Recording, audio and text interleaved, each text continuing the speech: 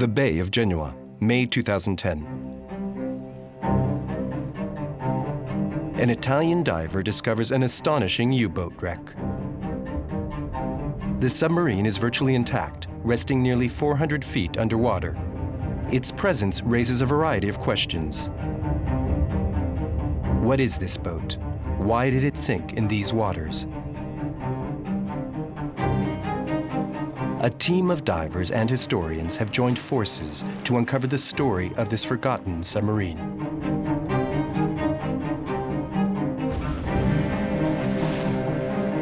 "70 years ago, packs of German submarines traveled the seas, relentlessly attacking Allied supply ships. These submarines, nicknamed the Grey Wolves, were true predators. Accounts of their feats made for great propaganda, and their crews were viewed as exceptional soldiers.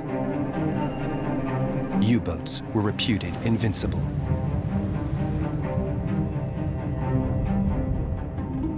However, the research on the Genovese wreck reveals quite a different reality.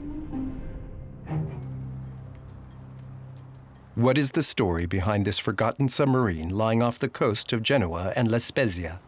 Roberto Rinaldi is a former Cousteau crew diver who has turned to filmmaking and knows the ocean depths well.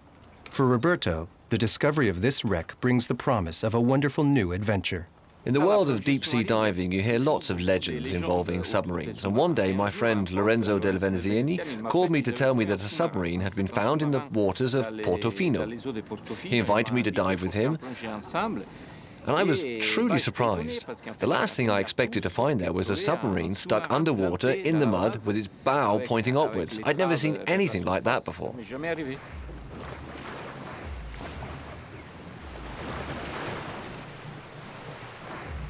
Roberto has formed a team to investigate the identity of this boat.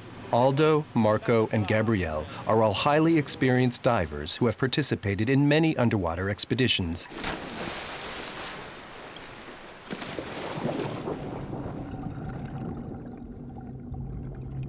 The wreck is not easily accessible. It is resting at 400 feet below the surface of the water. Man rarely swims in such depths because the short expeditions are extremely dangerous.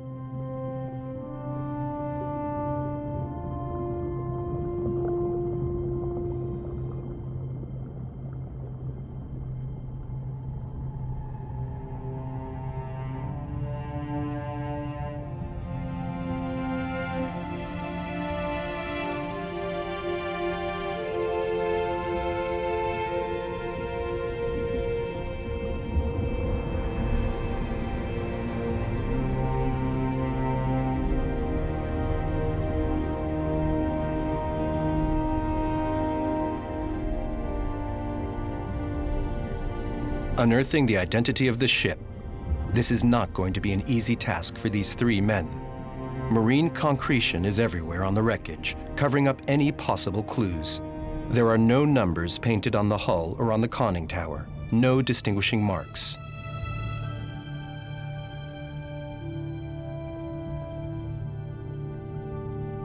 Inside access is impossible. The entrance to the ship is blocked by overlapping pieces of metal.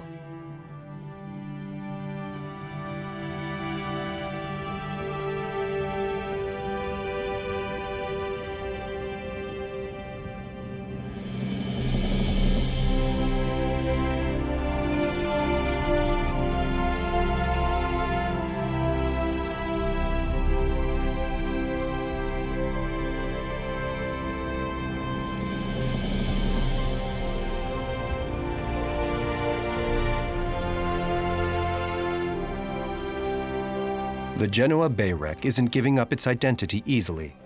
In order to move forward, Roberto and Aldo have decided to bring some skills to the team.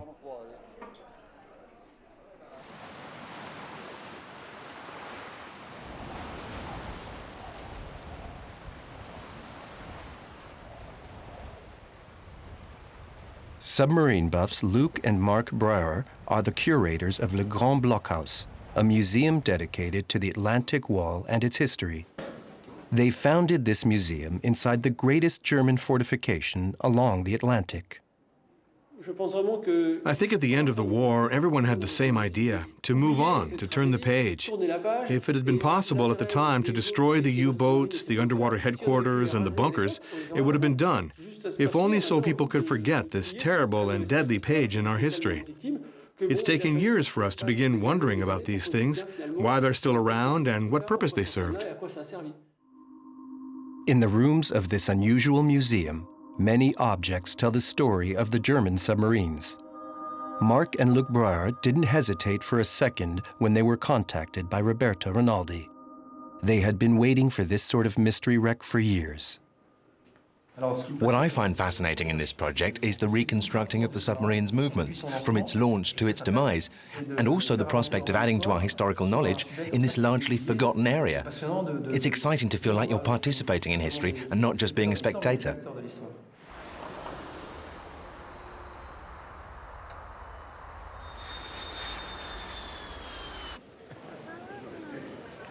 Hi, welcome. Did you have a good trip? Hi, yes, fine, thank you. Marc and Luc wanted to see the pictures of the wreck as soon as they stepped foot in Italy. In the hills of Genoa, they are discovering these images for the first time.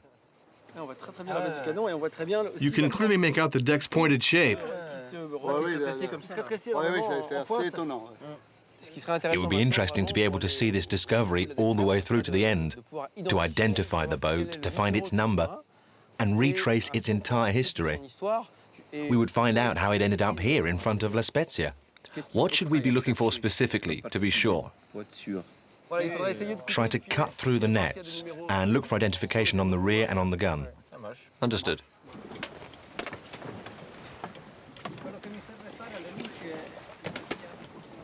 The historians have asked Roberto and Aldo to focus on the gun located at the rear of the boat.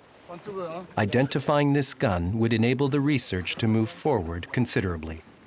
But a diving expedition 400 feet below the sea involves enormous constraints.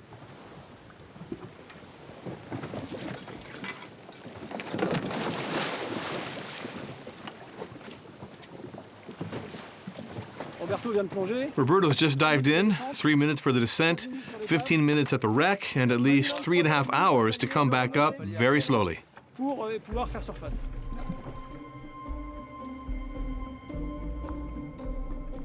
According to the earlier pictures, there's a huge mass of tangled netting. Who knows if they'll have enough time to cut through all of it?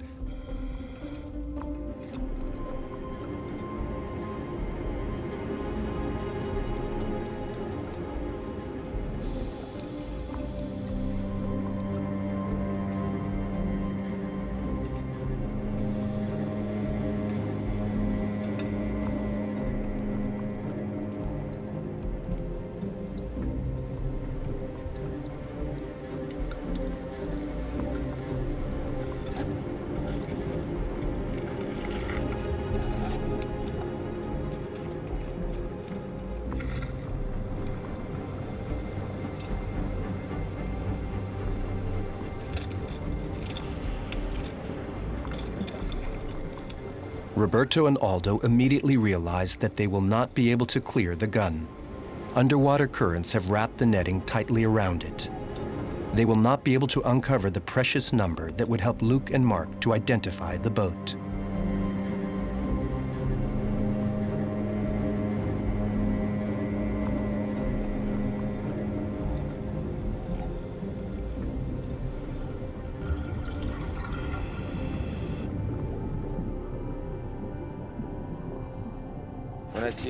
We tried to cut the net, didn't we, Aldo? It's everywhere. There are old and newer nets, cables.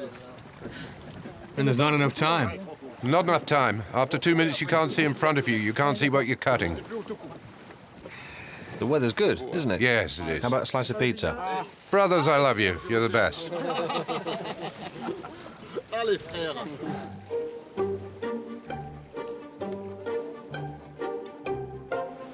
Roberto and Aldo's unsuccessful dive marks a turning point in the investigation.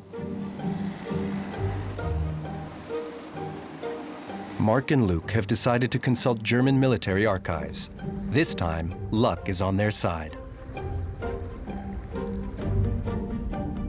In Freiburg, they have found a map with the location of U-boat sinkings, as well as an important clue. Of the 62 submarines that navigated the Mediterranean Sea, only 3 are unaccounted for. And the last known position for one of them, the U-455, was close to Genoa.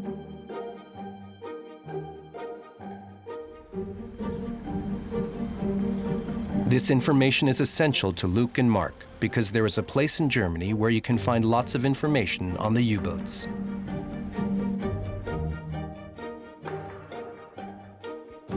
The archives at Cuxhaven contain logbooks, objects, and photos.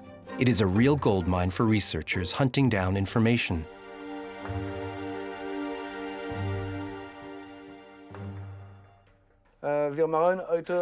We are researching the U-boat U-455. Horst Bredau, a former submariner himself, is the guardian of the temple. His knowledge of U-boat history is unparalleled. Everything on the U-455 is here. There is a lot of information. It's unbelievable. There's so many pictures of our submarine. That's the Saint-Nazaire. Incredible. We've acquired exceptional material, and now we have a real foundation to work from, with lots of visual elements. We have pictures of the men and the different missions, of the training sessions, of the crew's arrival and departure from Saint-Nazaire. We have lots of references. This is very important. In Cuxhaven, Luc and Mark have met someone essential to the investigation. Axel Niesel is a German historian who is a regular at the archive library. As a renowned technical expert, he has shed light on the events leading up to several U-boat sinkings and has been involved in the search for many old submarines. The U-455 was most definitely a 7C type submarine, but each shipbuilder works slightly differently. This is helpful today when identifying the boats on the basis of photos. For instance, a distinguishing feature on the U-455 is this railing along the tower. This type of railing comes from the Kiel shipyards. And this particular magnetic compass, boats built in later years used a different model. In these pictures, you can see the tower in detail.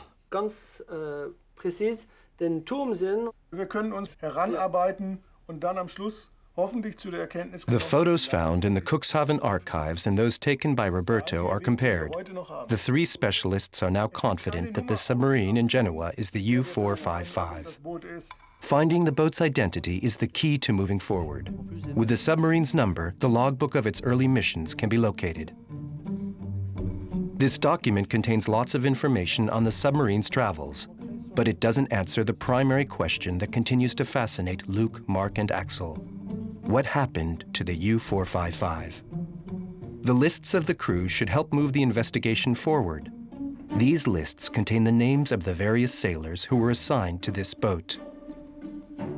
Here are some leads. Here's an LI, an onboard engineer named Servotke. Here's Schwartz, Gerhard. Schwartz is a pretty common name in Germany, so that one may be difficult. There's an officer, Orobon. After 70 years, if we could find 3 or 4 of these crew members, it would be a miracle. It would be a miracle if we find one.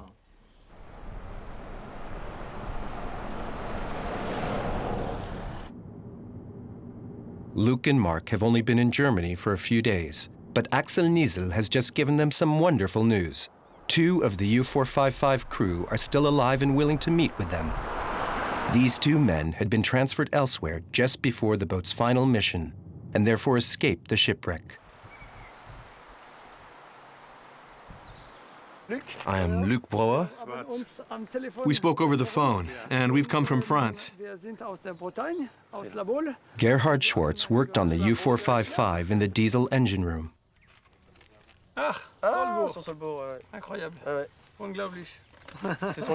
Here is his military record. The U indicates that he is a submariner. I had no idea I was being assigned to the submarines. Everyone born in 1922 was supposed to join the ranks of the army. Under Hitler, everyone had to serve.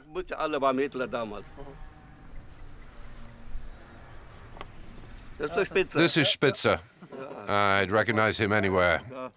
This is Spitzer, And me again. Helmut Spitzer was a trained mechanic before being drafted into the Army. On board U-455, he was assigned to the electric engine room. Although picture-taking was prohibited, Gerhard took many. Thanks to this exclusive testimony, Luke and Mark are learning about the real everyday life of these submarine soldiers, far from the images circulated at the time by the German propaganda machine.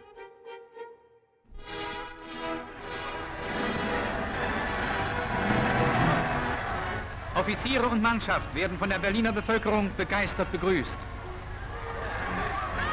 The case of Günther Prien is a perfect illustration of the fabricated cult status enjoyed by submarine commanders, to the fascination of their crews. Prien had the courage to sink a British battleship within the English port of Scapa Flow, which was a momentous achievement. This is the first instance of propaganda being intentionally used to showcase the U-boats. The Führer meets them at City Hall. Der Führer empfing die tapfere Besatzung in der Reichskanzlei, sie zu ihrer unvergleichlichen Heldentat zu beglückwünschen. Das war natürlich der Beginn. This event marked the birth of the legend of the Aces, which was consciously staged for the occasion in order to introduce the submarines to the public on a positive note. Recruiting new crews became essential. An ever-increasing number of young sailors was needed to defy Britain. Und nun die Überraschung für die Jungen. Großadmiral Dönitz begrüßt Sie mit Reichsjugendführer Axmann auf dem Segelschulschiff Horst Wessel. Auf seine Frage, was willst du einmal werden, kommt prompt die Antwort: U-Boot-Fahrer, Herr Großadmiral. Und ihr? Einstimmig: U-Boot-Fahrer, Herr Großadmiral.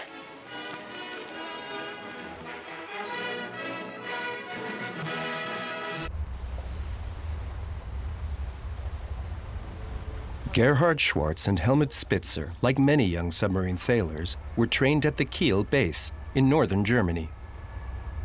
We wanted to go. We wanted to achieve great things like others before us. All the newspapers published articles on the U-boats and their success. The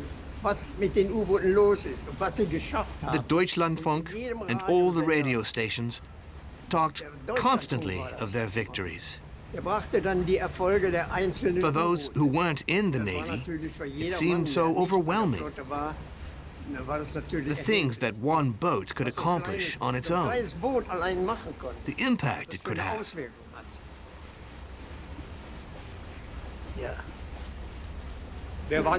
We were all novices and we were somewhat bewildered. We didn't get a chance to gather our thoughts together. What's going to happen? We were leaving for sea, it was wartime, and you just had to take things as they came.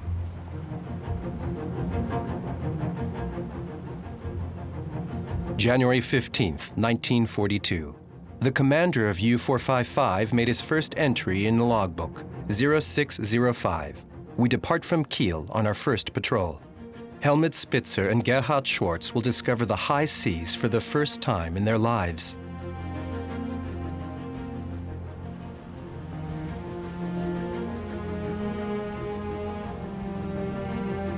The submarine leaves the Bay of Kiel and sets forth for the north.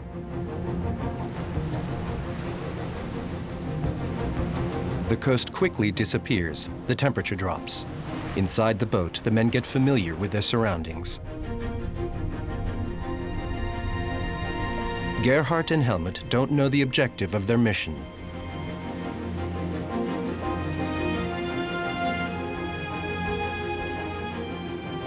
Each sailor has his own theories. Are we sailing towards England? Are we going to lay mines or attack a supply ship? The captain alone is privy to orders from the High Command.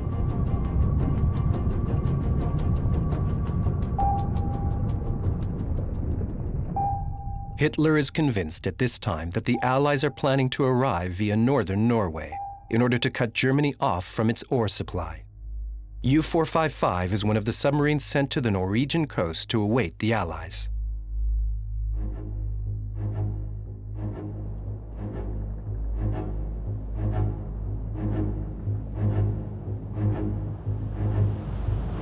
Gerhardt and Helmut's first outing is hellish. The open waters of northern Europe welcomes them with surging waves and violent icy winds. The boat ricochets back and forth between the rising walls of water that slam against the hull. The lookouts do not have a moment's rest. The young sailors are unable to hold down food.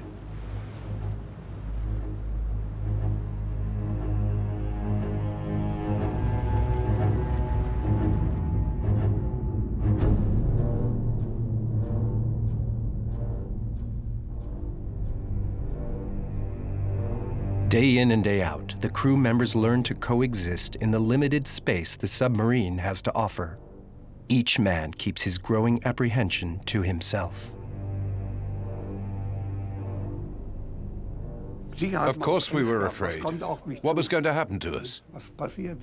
How does one describe a complete state of fear? It's impossible to describe. I'm incapable of answering the question, what is fear?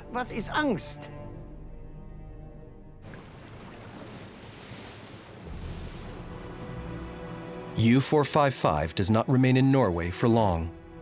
A naval battle has shifted its theater of operations and is now concentrated around Britain. On March 21, 1942, Commander Hans-Heinrich Giesler receives a message from Admiral Donitz. He must leave the Norwegian coast and return to Saint-Nazaire.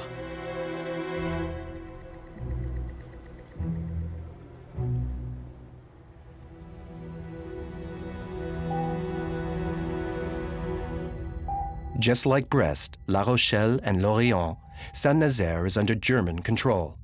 These port cities are the ideal bases from which to hunt down the commercial ships that supply Britain. Gerhard Schwartz and Helmut Spitzer arrive in the French port after a mere 10 days at sea. The commander is frustrated. He writes in the logbook, "Entry into Saint-Nazaire, moving toward shelter number 2. There was no enemy contact during our second mission. We are feeling increasingly inferior because we have not sunk anything yet."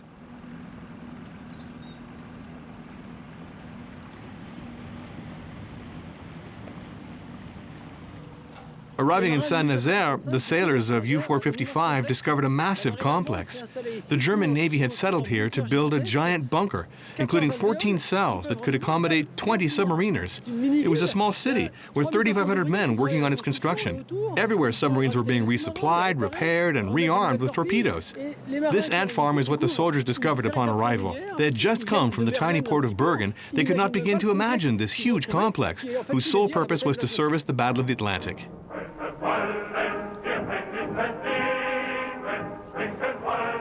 The United States' entry into the war will change the outcome of this battle. But for now, the U-boats are in their prime. The Americans never imagined that German submarines might sail right up to their coasts. American ships left their harbors unescorted, and towns remained lit up all night long. These were ideal conditions for the U-boats, who succeeded in sinking many ships. Allein im ersten halben Jahr des U-Boot-Krieges gegen die USA wurden vor der amerikanischen Küste annähernd 500 Schiffe mit rund 3 Millionen Bruttoregistertonnen auf den Meeresgrund geschickt. In this context, U-455's first American mission is quite simple: to find supply ships and sink them. The crew is determined and convinced of its strength. Commander Hans-Heinrich Giesler records the submarine's first battle in his logbook. That day, the lookout saw a tanker on the horizon. It was the British Workman.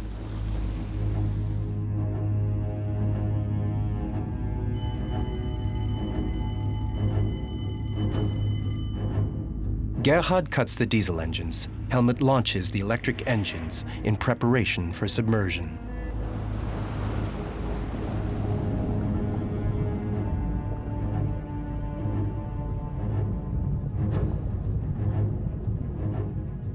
The first missiles are loaded into the torpedo tubes. The commander gives the order to fire. Nothing happens on the first shot. The second torpedo hits its target. 6,994 tons, It's a beginning. Gerhard and Helmut have finally entered the war. I still remember when we sunk our first ship, the British Workman. We were given permission to come on deck and look at the ship in flames. We saw people jumping into lifeboats, hoping to escape.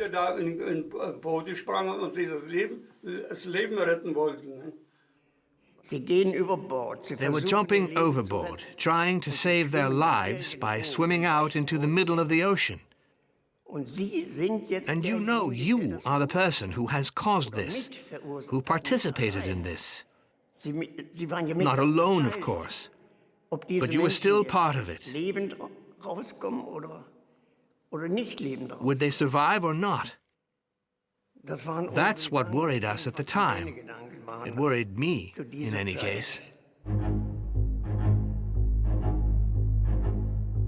Less than a week after this victory, a cruiser ship catches sight of U-455 and launches an underwater grenade attack. 3, 4, 5, 6. From the first minutes of the attack, the commander orders an immediate submersion. The grenades won't stop coming. 36, 37, 38.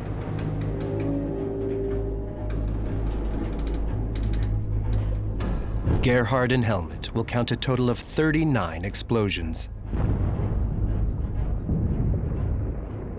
You hear the grenade fall into the water. Then you wait. What's going to happen? How far away did it fall? How long will this go on? Will it be quick or not? Where is the cruiser now? Where are we now?